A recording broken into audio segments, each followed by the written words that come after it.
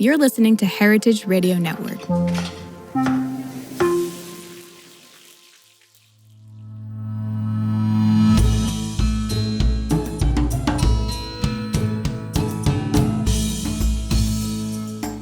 What if the future of food was hiding in plain sight, in a seed passed down from generation to generation, a butter bean shared at a seed swap, or a tomato that remembers the soil it came from? In this episode of One Bite is Everything, I am joined by Adam Alexander, also known as the Seed Detective. Adam has traveled the world collecting rare, endangered, and utterly delicious vegetable seeds. And in doing so, he's uncovered a deeper truth. Seeds carry more than plants. They carry history, culture, resilience, and hope. We talk about indigenous farming wisdom, seed saving as resistance, and why the industrial food system's obsession with yield might be a dead end. You'll hear stories of Albanian land races, Roman asparagus, Ethiopian teff, and the farmer-led seed revolution growing right under our noses. If you've ever doubted that small actions like saving a seed or shopping at your farmer's market could change the world, this conversation is your reminder that they can. I'm known as the Seed Detective because I have spent a great deal of time in my life tracking down rare and endangered, but above all, delicious vegetables with seeds that I can grow in my own garden here in East Wales. And so I have over the years built a substantial collection of mostly heritage and heirloom, or what we also call landrace or farmers varieties. And I mean, I love sharing them. I've sort of write stories about them, and I see the conservation of the genetic diversity of edible crops as being kind of fundamental to how we are going to be able to continue to live on this planet and do the key things we need to do, which is to restore biodiversity and to improve our soils and all of these kind of key things that are really existential for us. And I wanted to write a book that really is about where are we going? What do we need to do with seeds that is going to ensure that we are able to feed ourselves and nourish the planet at the same time? And that food, once again, is no longer seen as a commodity, but is treated really as it always was up until really about 150 years ago, tops, as commons, as something that belonged to all of us. Food became a commodity in the U.S. due to a series of shifts in both economic policies and consumer behavior, starting as early as the late 1800s. With the Industrial Revolution, innovations in farming machinery and transportation allowed for large-scale agriculture, paving the way for mass food production. This transformation was coupled with advancements in food preservation, like canning and refrigeration, which allowed food to be packaged, processed, and distributed on a larger scale. By the early 20th century, food moved from being a local, community-driven resource to a commodity that could be mass-produced and consumed nationwide. After World War II, as the country experienced a suburban boom, supermarkets emerged as the dominant force in the food industry. The rise of mass production and standardized goods further entrenched food as a commodity, with government subsidies for crops like corn and soybeans, making processed foods cheaper to produce and more accessible to the growing middle class. By the 1960s, grocery giants had taken over, offering everything from fresh produce to prepackaged meals. Today, a handful of companies control much of what we eat, consolidating power over our food choices. As a result, the modern food system raises questions about sustainability, health, and the very nature of food, now viewed more as a product to be consumed than a vital part of culture or community. And in the same way as we think about diversity as being really important in a creative and in a cultural way, and in the diversity of foods that we eat, I also see the need for diversity in how we really deal with or explore the various diverse ways that we can be maintaining, cherishing, championing, and also developing those seeds that are going to, as I said, feed us all into the future. And that's really what this new book is about. It takes the reader sort of around the world. I've always traveled a lot, and my first book, The Seed Detective, was really about where our vegetables come from and how they are sort of history on a plate. And they're really an important part of the story of civilization. And now I felt I really want to offer a message of hope and optimism because I'm very optimistic about the future. I mean, a lot of people will argue with me about that. But if you don't believe in a positive future for us all, you ain't going to get one. And so being able to go to countries which a lot of people won't necessarily know anything about or very much about, but which also harbor a lot of preconceptions and prejudices, particularly with regard to indigenous farmers, I felt I just want to discover for myself how important not only these people, but also the plants that they are growing and maintaining, and which are fundamental to their sense of identity and food culture, just how they are. So when you say history on a plate, can you give an example of something that maybe people have in their daily lives that's very common, but give me a little history of where it came from that's surprising? Well, I mean, everything we eat is history on a plate because it started life as a wild parent somewhere far, far away. And I think the ones that I particularly am fond of are those crops that the Romans, 2,500 years ago, were just adored and were absolutely part of their life. And there are some great stories around, say, things like garlic and how important garlic was as a crop and how it was honored. The gods bowed down before it. But I think of all the crops that we think of as being European crops, that really hits the spot for me as asparagus, because the Romans were mad about asparagus and they used to freeze it. So they would cut it in the summer and they'd take it up into the mountains, into the Alps, and freeze it. And then they would bring it out and eat it as part of a really important ritual in sort of January, in the middle of winter. And there were these great Roman emperors that had ships that would transport asparagus all across their kingdom, all through the Mediterranean. And they, of course, they shipped it up into the UK because the Romans were here 2,000 and odd years ago. And so introduced asparagus to the British. Of course, as soon as they left, the British took no interest in it anymore, which was more fool them. So I love the Romans because they're so much a part of, particularly when I think of myself and my European history, fundamental to it, and the language and the food. Pretty much everything that we eat that comes from what I call the Old World, which is the Near East, Southern Europe, was bred and championed by the Romans. Cauliflowers, leeks, brassicas of all sorts.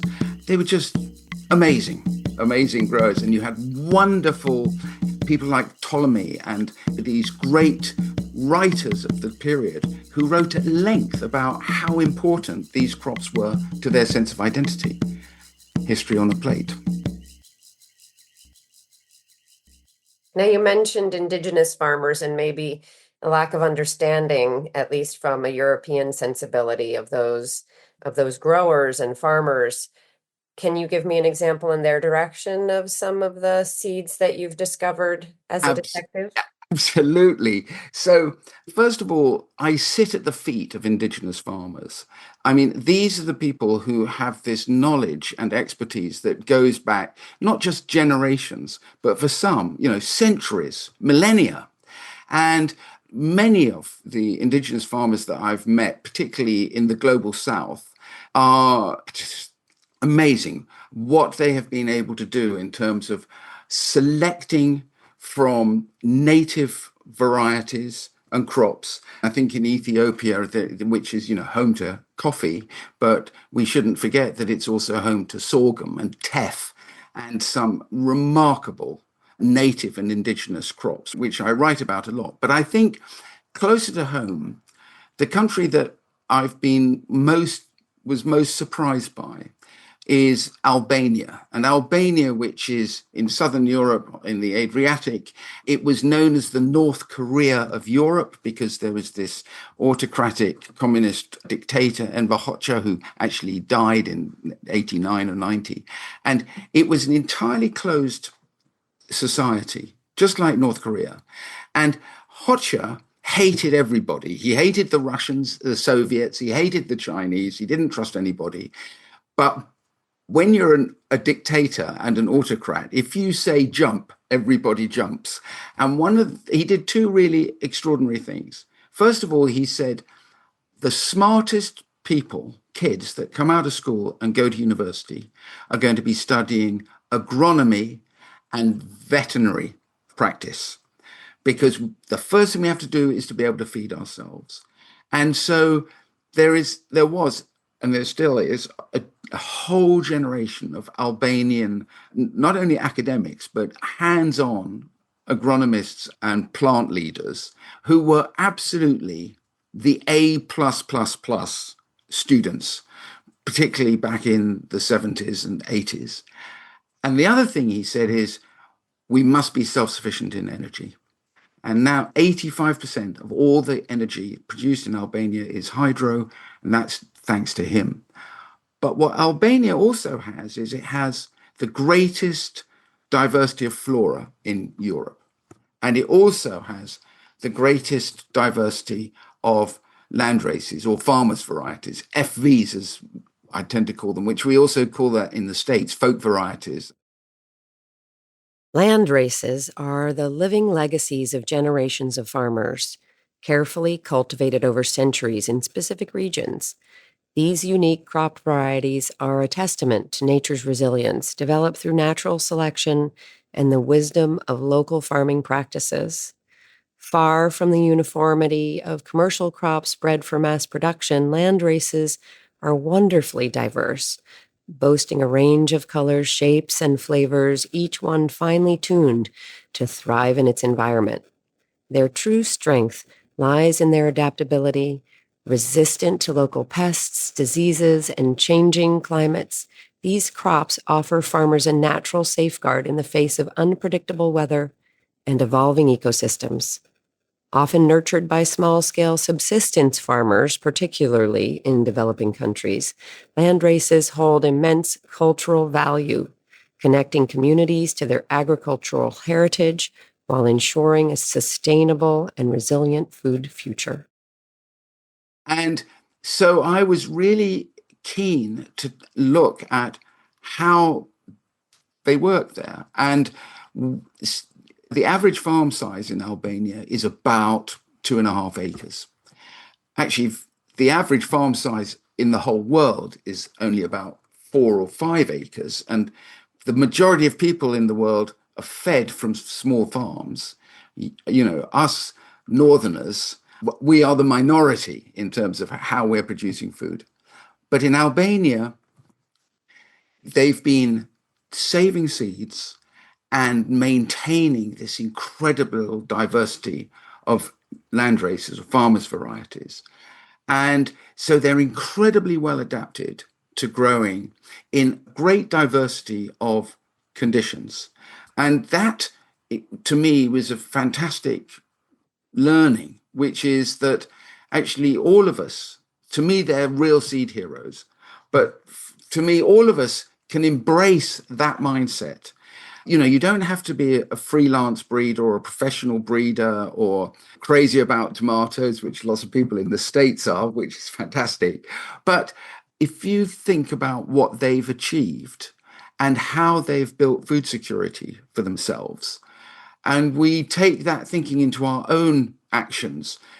I'm a gardener and a grower. I don't buy any vegetables. And I, for years and years, have been selecting carefully from varieties that I know will flourish in my little corner of Southeast Wales.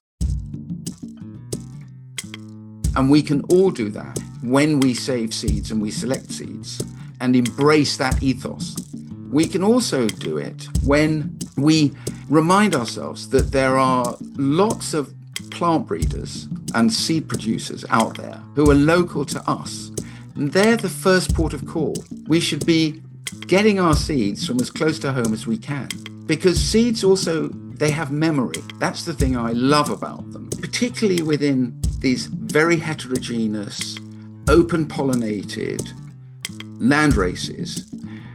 Their memory goes way back to when they were first domesticated. Because of that, it means that they have within their genomes all the tools they need to be able to continue to evolve as the climate changes, because they've been there already. Not just hundreds of years ago, thousands of years ago. For some plants, millions of years ago. And when you remind yourself of that fact, which I do, I kind of look at a seed and I think to myself, I just want you to feel at home. Because if you feel, if you feel at home, then actually you're probably going to do really well. And one of the things that seeds have is, we talk about our biome and we talk about the soil biome. But actually, when you sow a seed and you then harvest the fruit or whatever it is from that crop, the seed will have on its surface the biome of the soil in which it was grown. That's why I always say to people, as soon as you save your own seeds and only save seeds of things you really want to eat that are delicious, but they wake up. They go, oh, I know where I am. Poof, off they go. And that is one of the things that was a real takeout for me with these farmers in Albania. And they could grow anything. I mean, as the oldest viticulture in Europe, I've never seen so much diversity of farmer maintained and bred crops as I did there. You mentioned northerners, meaning all of us who are extending our growing beyond that sort of average 4 acres, right? We've got this industrial farming where we're putting so much in the ground, synthetic fertilizers, and then we're putting a lot on top of the seeds and the plants, herbicides and pesticides and all of that. I'm interested to hear your commentary on that sort of culture versus, what you were talking about in Albania and really how we've fed the world with very small farms. Well, I mean, wherever we travel in what I call the global north, where we have industrialized farming, we see tram lines. The fields are full of tram lines because they're spraying stuff on their crops all the time. You go to Albania, there aren't any tram lines because nobody's spraying anything with anything. And that's because, actually, first of all, they don't need to. Secondly, they don't have the money. Why spend money on loads of inputs, which you really don't need to do because we've got more than enough to feed ourselves with? So that's kind of this sort of visual, obvious sign.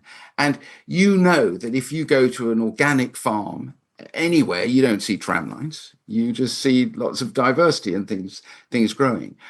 The real problem that I have with what I would call modern intensive commercial farming is actually it's all about killing stuff.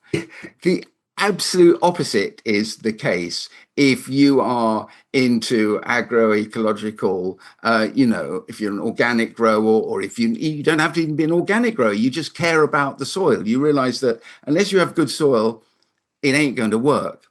And again, I write about this in the new book, which is that I actually think modern monocultural, homogenous farming is a busted flush.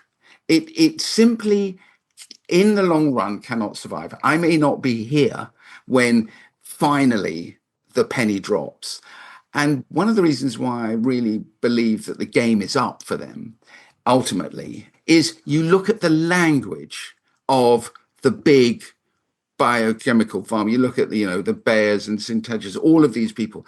They've tried to hijack the language of what I would call, sustainable agroecological farming. So they use all of these words because actually their argument for monoculture and homogeneity does not stand up. In fact, we know that the soils have been pretty much ruined wherever we have had homogeneous monoculture.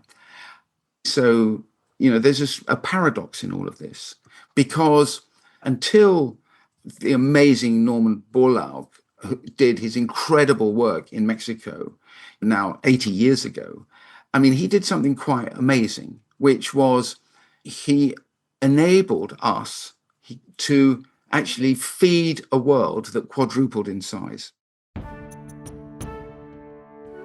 In collaboration with Mexican scientists, Borlaug developed a high-yielding, disease-resistant variety of wheat, which would go on to reshape the country's farming landscape. At the time, Mexico was struggling with food shortages, and Borlaug's innovations provided a solution that boosted wheat production exponentially.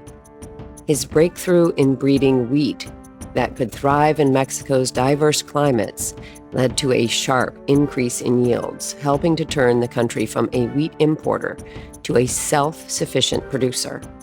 The success of this project laid the groundwork for what would become the Green Revolution, as Borlaug's methods spread to other countries, sparking a global agricultural revolution. His work in Mexico didn't just help feed millions, it demonstrated the power of science and innovation to combat hunger and poverty on a large scale.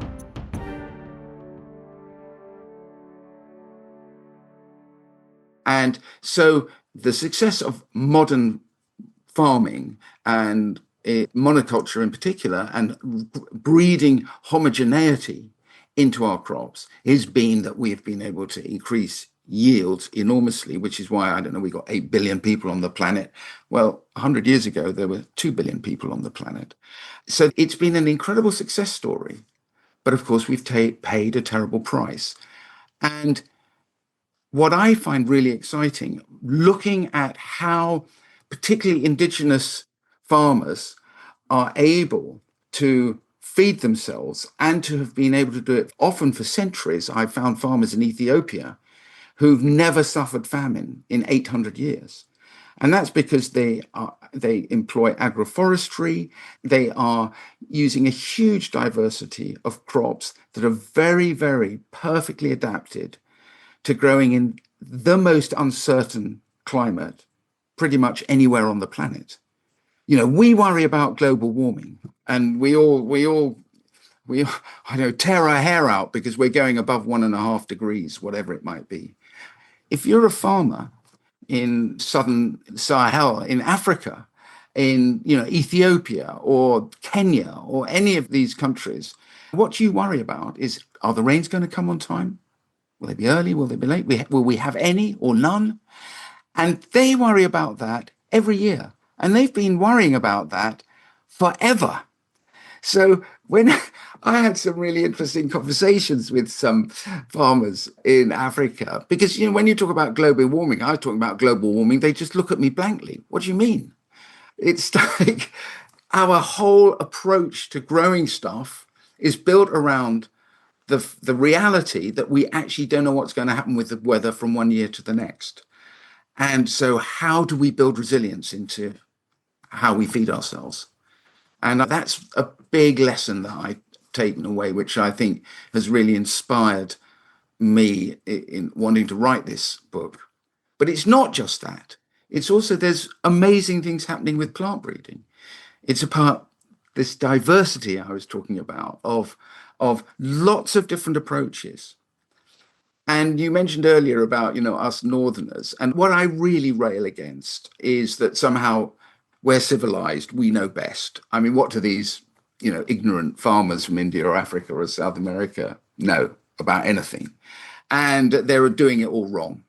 And we have all the solutions. And this is a colonial mindset that is a huge hangover from the last 200 years. And you know what? It just has to stop. And I think in many countries, I see it in Africa particularly and in South America, they're just not buying this anymore. And it's brilliant when I see how growers and communities are empowering themselves by taking back control of what it is they grow and why they grow it and why it matters to them. And then you have wonderful, kind of obsessed individuals who just want to breed the next amazing tomato or the next brilliant eggplant or whatever it is. And they are they are restoring a way of approach to breeding that was absolutely full on in the 19th century. If you think in America, at the end of the 19th century, there were over 1,000 varieties of pea that were registered in the Vegetables of New York book. If you haven't read it, it's amazing. Over 1,000. I mean, they weren't all different because plant breeders can purloin others' work and switch the name or whatever. But we identified with what it was that we were growing and breeding. And when I see wonderful breeders who I've got to know a little bit over the years, like Craig Lahoulier and, obviously a good friend of mine, C.R. Lawn and others who are kind of stalwarts of this movement in America, they provided real leadership and inspiration, which is bled into Europe. And that's very exciting. The first time that I met sort of a group of seed savers, Yeah. there's a culture there and a network and people who know each other. And, I have a 100-year-old seed that this woman had saved. And then talking about, oh, well, I smuggled these back in my shoe because I really wanted to try them and see how they grew compared to something else. Tell me a little bit about that culture. First of all, there's nothing new about it. I'm a farm boy, and growing one's own seeds and having them as part of one's own culture and history, personal history, has always been just a natural thing. And so now that you have people who have an identity, it's part of who they are. As soon as you grow something and save the seeds, it becomes part of your story. And that happens literally the very first time you do it, which is why I always say to people, just have a go. Because believe you me, when you've saved a tomato seed and you sow it the next year, that's your tomato. You know it. So there is this sort of wonderful network. It's a global network of kind of obsessive seed savers like me. How many do you think there are? I'm sure there are people outside of a registry, but isn't there sort of for lack of a better word, like a club of seed savers that are established? Well, very much at a national level. So probably to me, the most influential and important entity in the States is the Seed Savers Exchange, which kind of really kicked the whole thing off, which was bringing together people who were growing heritage and heirloom varieties and then marketing them, making them available to other people. Now, that's much easier to do in the US because you have a highly deregulated seed market. Anybody can grow something and sell seeds. You can't do that in Europe. There is a lot of registration that has to happen. There's biosecurity that everybody goes nuts over. Seed regulation in the US and Europe differs significantly in terms of approach, oversight, and focus on biodiversity. In the U.S., the seed industry is largely governed by the U.S. Department of Agriculture, USDA, and the Federal Seed Act, which primarily aims at ensuring seed quality and labeling accuracy. However, the U.S. approach emphasizes commercialization, with large biotech companies dominating the market. controlling over 60% of seed sales, according to the American Seed Trade Association. In contrast, Europe's seed regulation is more stringent, focusing on biodiversity and environmental protection. The EU's Common Catalogue of Varieties ensures that only varieties that meet strict standards for genetic diversity and ecological compatibility are allowed for sale, prioritizing both consumer safety and environmental impact.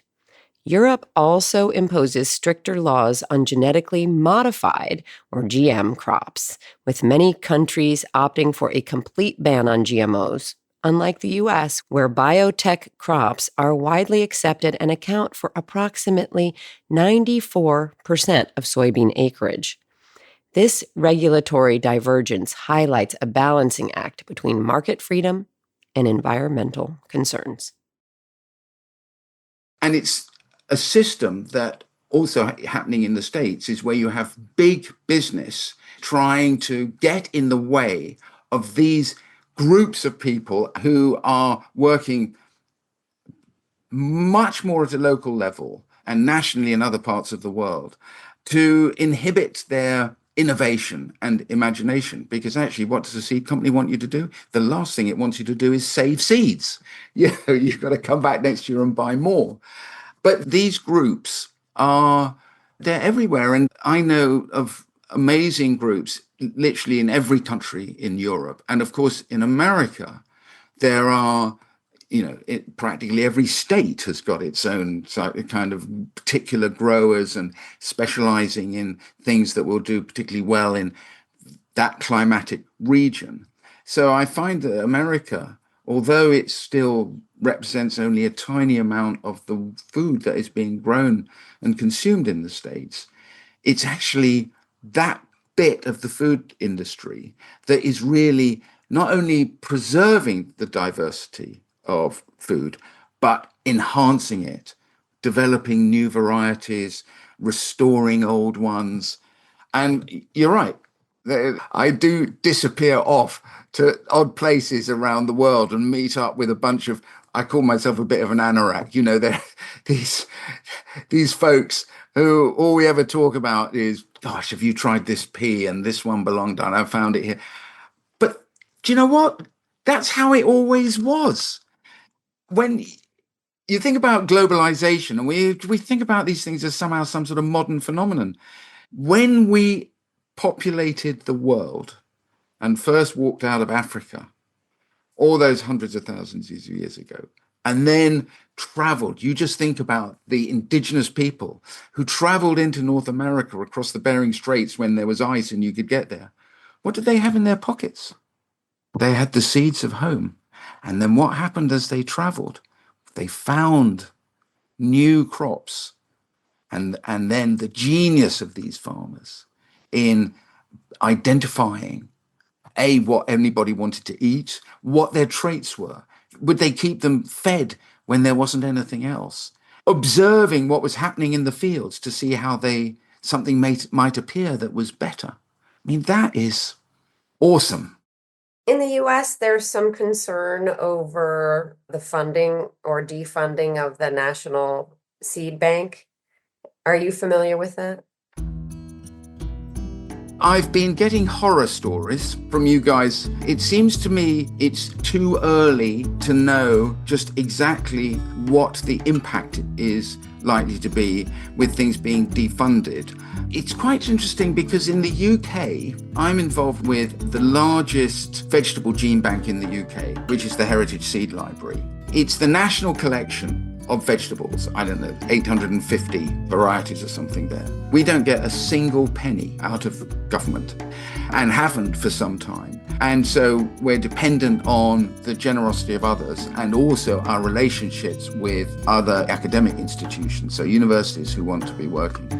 And also now what we're seeing is where there are really interesting collections, in a sense, the remnants of what was a national plant breeding program that was abandoned in the 80s with Margaret Thatcher, where she essentially privatized all of this work.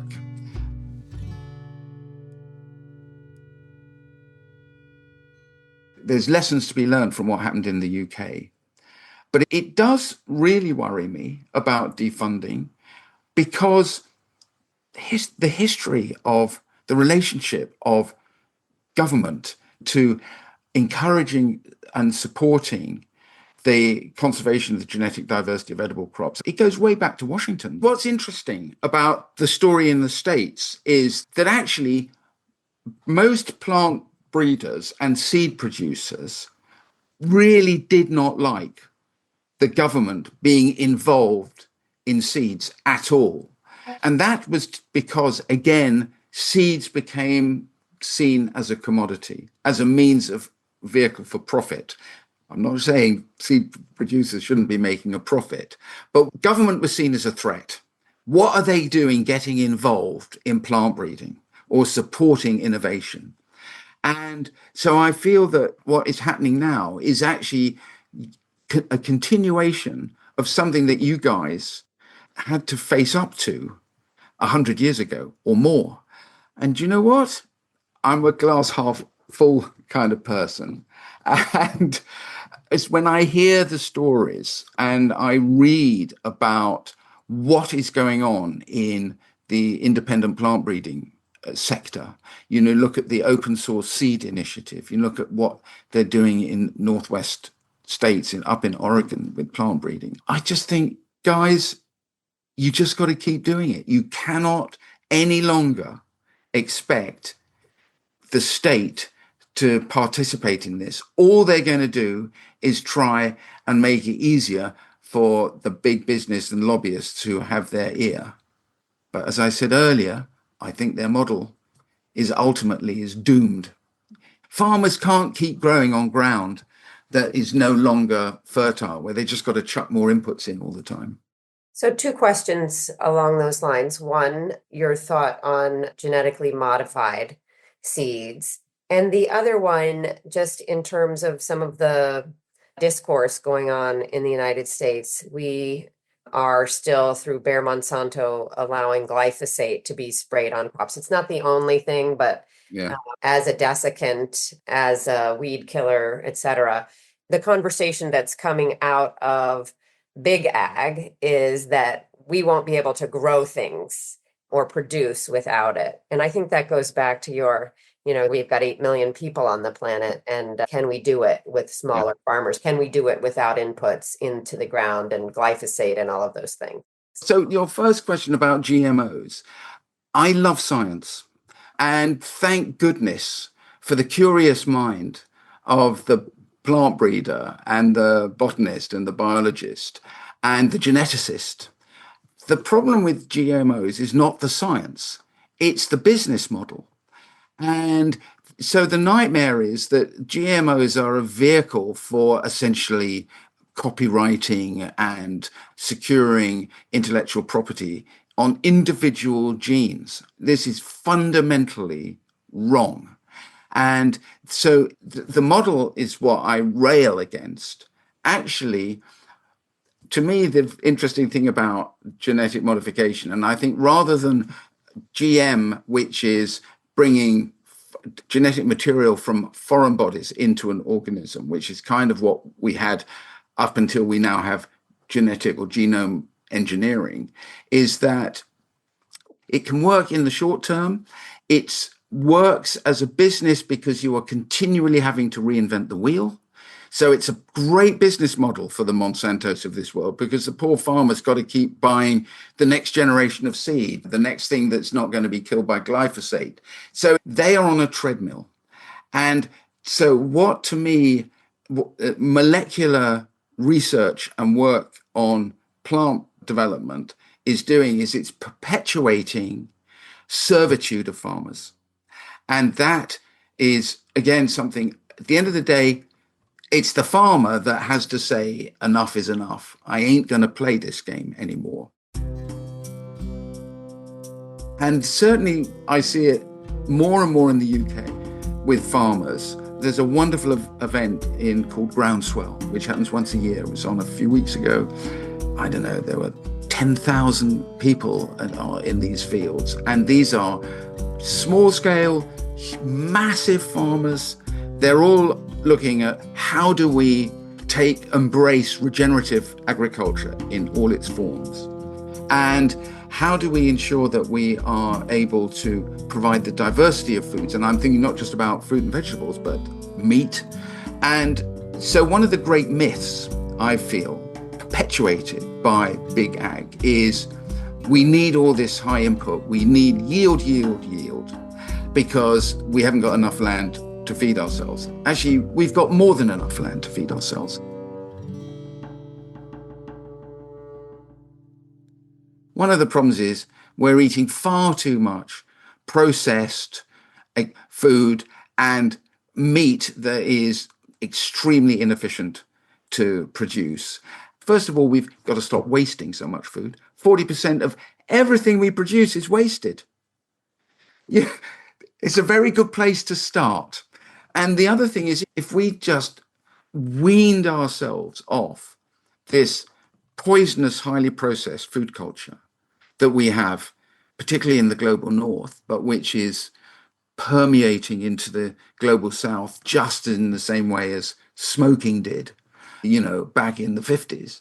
Once we start to recognize that we only need to change our diets a very small amount, then actually the whole question of I've got to get, 7 tons per acre of maize out of my fields goes away. And one of the things that I've found with farmers who have stepped off that treadmill of I've just got to get the yield up because and who then their only relationship is with some futures dealer who's giving them a price for their corn. Once they step off that treadmill and they start to reconnect with the people who are eating their food and with their community who are dependent upon them for their food, actually, they no longer want to kill themselves, which is what many farmers want to do. They feel valued, and actually, they're not any poorer. On the contrary, they make more money. And I think this is, again, something that when we transition out of high input, homogeneous monoculture farming into something that's much more heterogeneous and diverse, sure, you have to transition, and there can be the income ain't going to be the same to begin with, but all of the evidence is now pointing to the fact, and again, I write about this, you just look at the papers on it, that when we create populations of cereals, when we are employing what I call evolutionary breeding, where the crops evolve and change according to where they are, actually, farmers they're doing all right. First of all, they're not paying vast amounts of money to buy the next big tractor. They're not spending huge amounts keeping the likes of Bayer in business. And what do farmers do? They look over the fence at what their neighbors are up to. And when they see a neighbor doing something different that works, then they get really interested. And that's how you perpetuate change, I think. Is there one final thought you'd like to leave me with? What I hope I can leave the listener with is that we can imagine that we're going to hell in a handcart, but actually that doesn't help anybody. And we have it within ourselves to really be part of the solution. And as a grower, actually just get your seeds locally, start saving seeds that work for you, be part of an evolutionary process of evolving more locally adapted varieties. And if you're not a grower, just really think carefully about where you're buying your food. And because the trick is not to perpetuate the current food system. And we know that if you're fortunate enough to have a farmer's market and you know where your food is coming from, provenance is everything. And if it's neutrally dense, it's going to be doing you some good. And you're then supporting an economy that needs to continue to grow. And particularly, and it's not just in the US, it's also the case in many other countries where you have essentially a zero interest at a political level, if anything, a negative influence and impact. And therefore, we have to empower ourselves through the choices we make about what we grow and what we eat to be part of what really is an exciting future for food. Adam Alexander, the seed detective, reminding us that every seed holds more than potential. It holds memory, culture, survival, and maybe a roadmap to a food future we actually want. In this conversation, we covered a lot, like why small farms feed most of the world, how indigenous farmers are quietly preserving global food security, what's broken about our industrial food model, and how seed saving, yes, even in your backyard garden, can be a powerful act of resistance and renewal. If that lit something up in you, do us a favor. Leave a 5-star review on Apple Podcasts. It helps others discover One Bite is Everything and pushes these conversations about real food, real farmers, and real solutions into more ears. This episode was co-produced by Sonia Dillon with sound design, engineering, and original music by Russell Chapa. I'm so glad that you're here.